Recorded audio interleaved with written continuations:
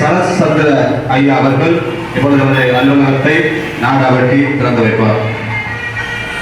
கௌரவ விருந்தினர்களும் நமது அலுவலகத்தை திறந்து வைக்கின்ற வைபவத்தில் கலந்து கொள்ளுமாறு கேட்டுக்கொள்கிறேன்.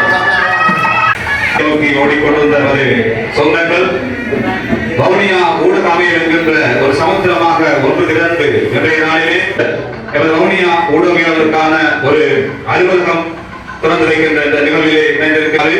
அன்போடு அழைத்திருக்கின்றோம்.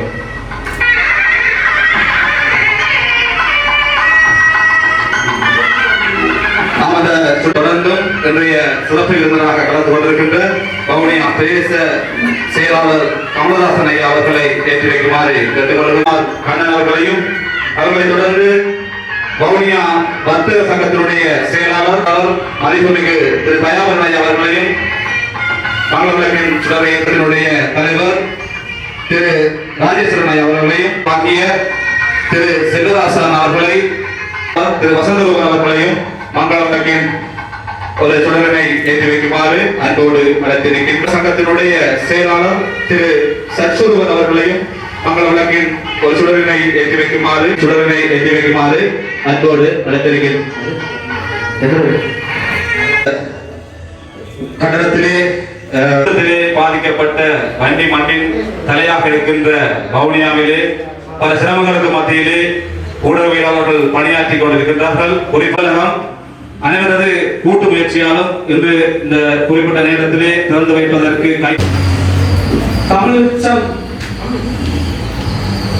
சந்திரகுமார் ஐயா அவர்களுக்கும் மற்றும் நகரசபை செயலாளர் இணைய ஊடகவியலாளர் சங்கம் மற்றும் வன்னி ஊடகவியலாளர் சங்கம் என 3 சங்கங்கள் இயங்கினாலும் வவுனியா ஊடக அமையமானது தாய் சங்கமாக கடந்த 3 வருடங்களுக்கு மேலாக இயங்கி வருகிறது.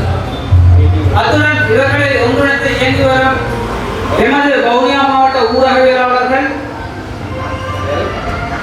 மாவட்ட செயலகம் மற்றும் பிரதேச செயலகம் உட்பட அரசு துணைக்கழகங்களை உத்தியோகத்துடன் இணைந்து மிக பாரிய பங்களிப்பை பணியை மேற்கொண்டுள்ளார்கள். அந்த வகையில் எமது ஊடகவியலாளர்கள் பொதுமக்களுக்கும் அதிகாரிகளுக்கும் இடையில் ஒரு பாலமாக அமைந்து மக்களுடைய பிரச்சனைகளை தீர்ப்பதற்கு பெரிதும் உதவி புரிந்திருக்கிறார்கள்.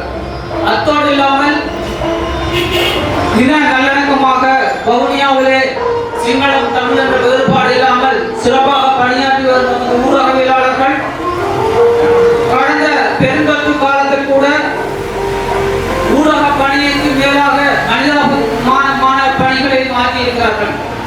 ஆகவே இந்த மனிதாபிமான பணியிலே தங்களது உயிரை துச்சமாக மதித்து மக்களுடைய பசியாற்றும் பணியை குழுவாகவும் பிரிந்தும் தனியாக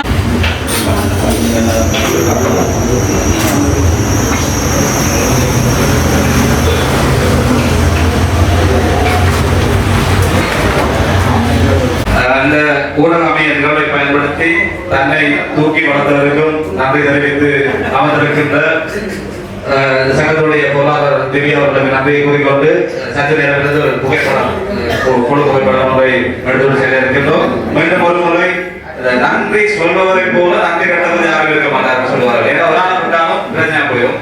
தயவு செய்து நாங்கள் யாரையாவது மறந்திருந்தால் நாங்கள் இந்த நிகழ்வுக்கு மிகவும் முக்கியத்துவம் வாய்ந்ததாக இந்த நிகழ்வுக்கு நேரத்தை ஒதுக்கி வருகை தந்திருக்கின்ற அனைத்து விருந்தினர்களுக்கும் மீண்டும் ஒருமுறை இந்த விழாக்களின் சார்பாக நன்றியை தெரிவித்துக் கொண்டு இந்த ரவீந்திரனை சில்வா என்பவர் அப்பீல் அமைப்பினுடைய பணிப்பாளராக இருக்கின்றார். ஊடகவியலாளர்களும் தொடர்ந்து பயணித்துக் கொண்டிருப்பவர்.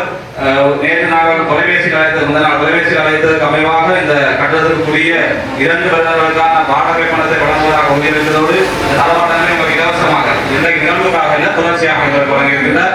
அவருக்கு நன்றியை கூறிக்கொண்டு அதே போன்று நாங்கள் இதுவரை எங்களுக்கு நிதி உதவிகள் கிடைக்கப்படாத காரணத்தினால் எந்த விதமான ஒரு முற்பணமும் எதுவும் இல்லாமல் வெறும் வார்த்தையாலே கேட்பதற்கு அமைவாக இந்த கட்டிடத்தை எங்களுக்கு வழங்கி இந்த சிறப்பான நிகழ்வு அமைய ஒத்துழைப்பு வழங்கிய காஞ்சனா நகையத்தினுடைய உரிமையாளர் அவர்களுக்கும் நன்றியை மீண்டும் ஒரு முறை கூறிக்கொண்டு நிறைவேற்ற வந்த அனைவரையும் மீண்டும் ஒரு முறை நன்றியோடு விளைத்தவனாக விடைபெறுகின்றேன். உங்களிடமிருந்து விடைபெற்றுக் கொள்கின்றேன். நன்றி, வணக்கம்.